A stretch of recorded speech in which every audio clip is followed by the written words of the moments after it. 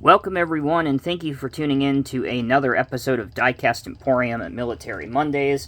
If you're wondering where your old buddy Tommy has been these past 3 weeks and why there has been really no new content other than the scheduled videos that were uploaded weeks ago, it's that your old buddy unfortunately has been battling COVID, and I'm still dealing with some of the more annoying issues, namely fatigue, no sense of smell, can't taste anything, and a laundry list of other issues that you probably don't want to hear about. So, we're going to try and get through this video, see how things go, but still, you're probably going to have to give me another week. We're going to have to be back to 100%. Anyway, back on topic. In today's episode of Diecast Emporium Military Mondays, we're going to be looking at a World War II-era self-propelled artillery piece. Specifically, this is the M12 gun motor carriage. As I said, it's a 105.5mm self-propelled gun used in World War II. It was in service with the United States military from 1942 to 1945, and actually, it was one of the vehicles that had the shortest term in terms of U.S. military service, especially when you take a look at the B-52 bomber, which is likely to stay in service for at least 3 more decades, meaning that that plane will more than likely be in the U.S. inventory for over 100 years. Pretty impressive. Okay, back to this. 100 units were built after the 50 initial prototypes were introduced.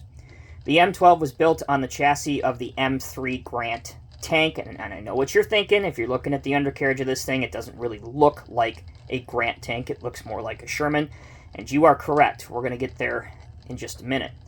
The engine was moved to the front center of this vehicle, basically to allow room for the gun mount and for better weight distribution. Later on, which this vehicle is, this is a later M12, late war, most vehicles use the M4 Sherman tank-style bogies with the trailing return idlers. So there you go, that explains that. Limited space in the vehicle meant that only up to 12 155mm projector main gun rounds could be carried in the vehicle itself. Not particularly ideal, but it wasn't out of the realm of possibility that there would usually be a supply truck very near to this artillery piece, very similar to what we have today with the M109 Paladin. There's usually a equipment vehicle or a supply truck near that as well. Amazing how little some things have changed. The blade at the rear, when you see it, when it spins back around, it kind of looks like a dozer blade. What that is called is an earth spade, and it was deployed to absorb the heavy recoil once the main gun was fired. It just goes down into the earth, essentially acting as a stabilizer unit that, again, would keep the vehicle from drastically moving position once the gun was fired. That's some information about the real warhorse. Now let's get back to the model. It is a 1/87 scale AlsaCast resin kit. Here is the box, seen here. And of course it was, there we go, there's the box. We can zoom in on that so it's a little bit clearer for you. Item number 8775.101 if you want to look this up. I did purchase this from my friends at smallscalehobbies.com, of course a major supporter of Diecast Emporium Military Mondays, so can't thank them enough. This was a fun build. Very little issues with it. Nice resin parts that didn't break when you're trying to separate them. And for $16 plus tax and shipping, you really can't go wrong on this. Again, you can spend a good couple, 3 days if you take your time and do this kit right. The decals that you see on it, including the stars, the military identification number, and the star next to that, those are actually 2 different decals. Those are not included with the model. You have to buy those separately, but you can also get those from smallscalehobbies.com. Just look up World War II U.S. decals in the search on the website. This one is based off of some reference photos I was able to find on the internet, so the decal size and placement is correct for all of the reference photos that I was able to locate. Now, some of those photos also had, again, very popular in World War II, still somewhat popular today.